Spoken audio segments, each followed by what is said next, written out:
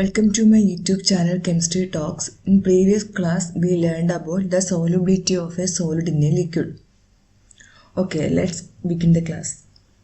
Effect of temperature on the solubility of a solid in a liquid. About the solubility of a solid in a liquid. Okay, let's begin the class. Effect of temperature on the solubility of a solid in a liquid. The solubility of a solid in a liquid mainly depends on temperature. Since the dissolution of a solid in a liquid is an equilibrium process, according to Le Chalais principle, if a nearly saturated solution, the dissolution process is endothermic, the solubility should increase with the rise in temperature, and if it is exothermic, the solubility should decrease with the temperature. അതായത് നമ്മൾ already പഠിച്ചു solubility ടെമ്പറേച്ചറിൻ്റെ dependent ഫാക്ടറാണ് നമ്മൾ പഠിച്ചു. അപ്പോൾ solubility of A സോളിഡിൻ്റെ liquid ആണെങ്കിൽ അത് ടെമ്പറേച്ചറിനെ depend ചെയ്യുന്നുണ്ട്.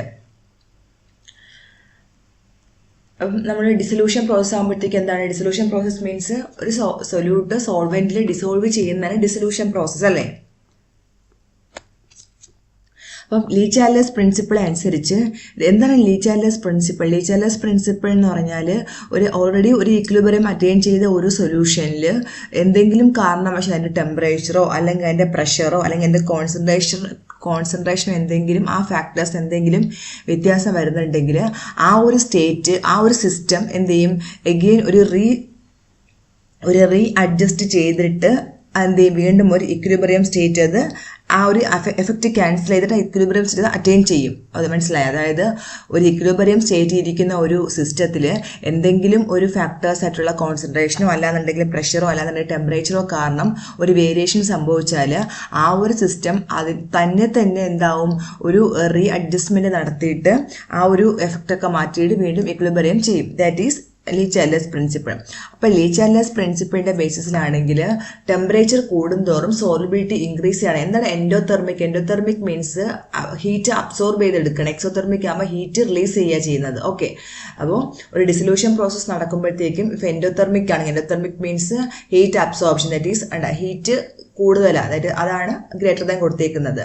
അപ്പോൾ സോലുബിലിറ്റി ഇൻക്രീസ് ചെയ്യുക ചെയ്യുന്നത് ടെമ്പറേച്ചർ കൂട്ടി കൊടുക്കുമ്പോഴത്തേക്കും. എന്നാൽ എക്സോതെർമിക് ആണെങ്കിൽ എന്താണ് ഹീറ്റ് റിലീസ് നടക്കുന്നത്. സോലുബിലിറ്റി ടെമ്പറേച്ചർ കുറച്ച് കൊടുക്കും. സോലുബിലിറ്റി എന്ത് ചെയ്യും ടെമ്പറേച്ചർ കുറയുമ്പോഴത്തേക്കും സോലുബിലിറ്റി ഇവിടെ കുറയുക ചെയ്യുന്നത്.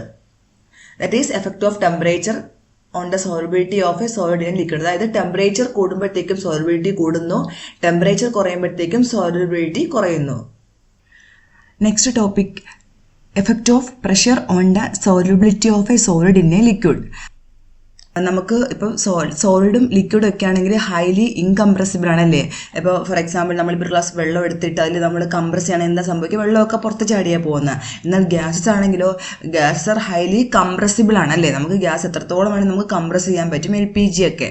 ഓക്കെ, അത് കാരണം സോളിഡും ലിക്വിഡും ഇൻകംപ്രസിബിൾ കാരണം എന്താണ്, അതിന് പ്രത്യേകിച്ച് റോളൊന്നുമില്ല. Solubility of a solid in ലിക്വിഡിൽ പ്രത്യേകിച്ച് പ്രഷറിന് എന്താണ് പ്രത്യേകിച്ച് ഒരു റോളും ഇല്ല.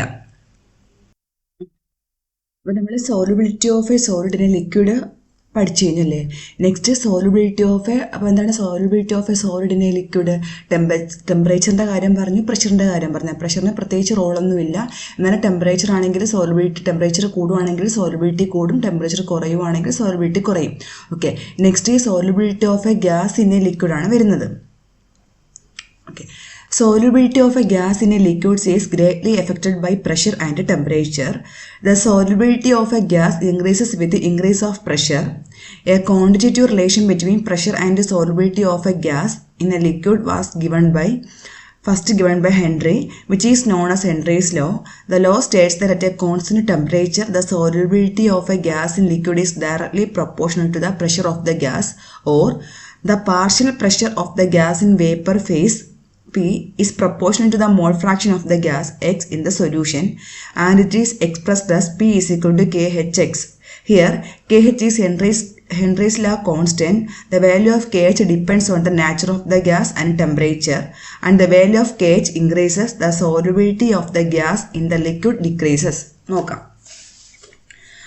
നമ്മൾ സോളിഡ് ലിക്വിഡ് പഠിച്ചപ്പോഴത്തേക്കും നമ്മൾ പറഞ്ഞു ടെമ്പറേച്ചർ ഡിപ്പെൻഡ് ചെയ്യുന്നുണ്ട്, പ്രഷർ ഡിപ്പെൻഡ് ചെയ്യുന്നില്ല.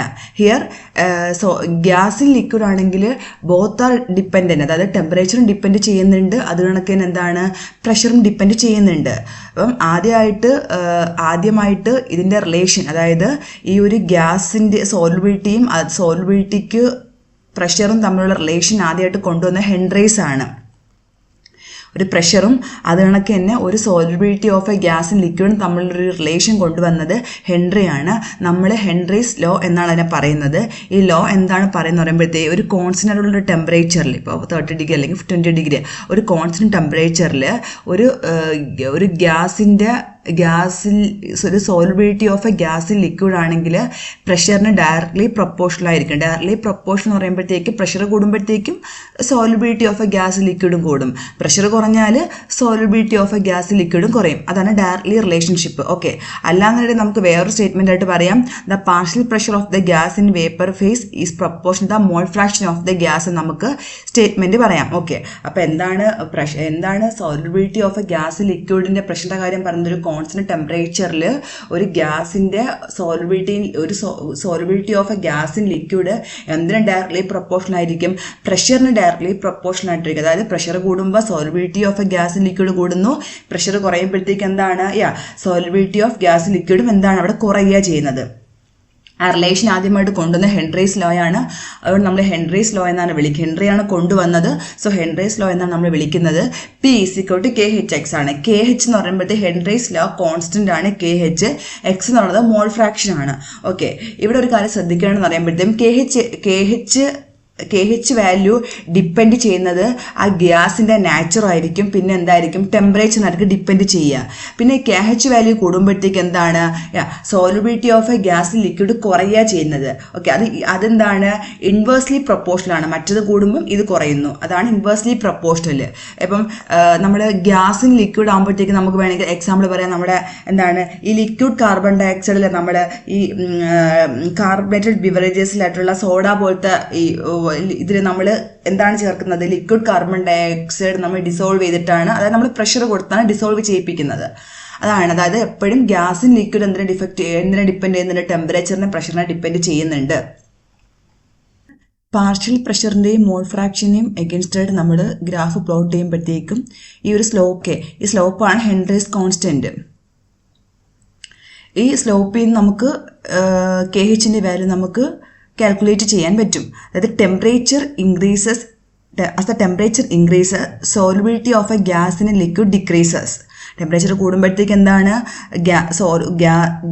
സോൾബിലിറ്റി of a gas liquid decrease. It is due to അതുകൊണ്ടാണ് എന്താണ് അക്വാട്ടിക് സ്പീഷീസിന് കോൾഡ് വാട്ടറിൽ വാം വാട്ടറിനെക്കാളും കുറച്ചും കൂടെ കംഫർട്ടബിൾ ആയിട്ട് ഫീൽ ചെയ്യുന്നത്. Okay, applications of Henry's law.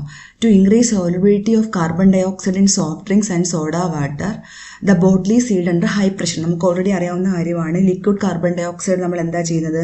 Carbonated beverages പോലത്തുള്ള സോഡയിലൊക്കെ നമ്മൾ എന്ത് ചെയ്യും? ലിക്വിഡ് കാർബൺ ഡൈ ഓക്സൈഡ് നമ്മൾ ഡിസോൾവ് ചെയ്യിപ്പിക്കാറുണ്ടല്ലേ. Next is medical condition known as bends in scuba divers. Scuba divers എന്താണ്? അണ്ടർഗ്രൗണ്ട് വാട്ടറിൽ കൂടെ പോകുന്ന ആൾക്കാരാണ് സ്ക്യൂബ ഡൈവേഴ്സ്. അവർക്കാണെങ്കിൽ എന്താ പറ്റുക?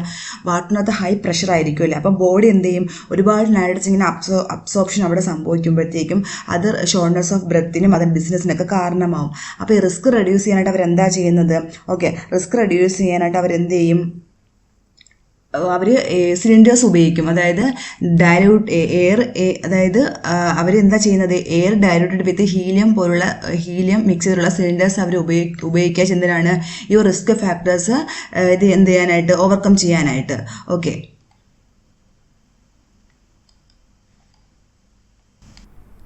അനോക്സിയ എന്ന് പറഞ്ഞാൽ നമ്മുടെ ഈ ബ്രെയിൻ ആയാലും നമ്മുടെ ബോഡി ആയാലും ഓക്സിജൻ്റെ കംപ്ലീറ്റ് ലോസ് സംഭവിക്കുന്നതാണ് അനോക്സിയ.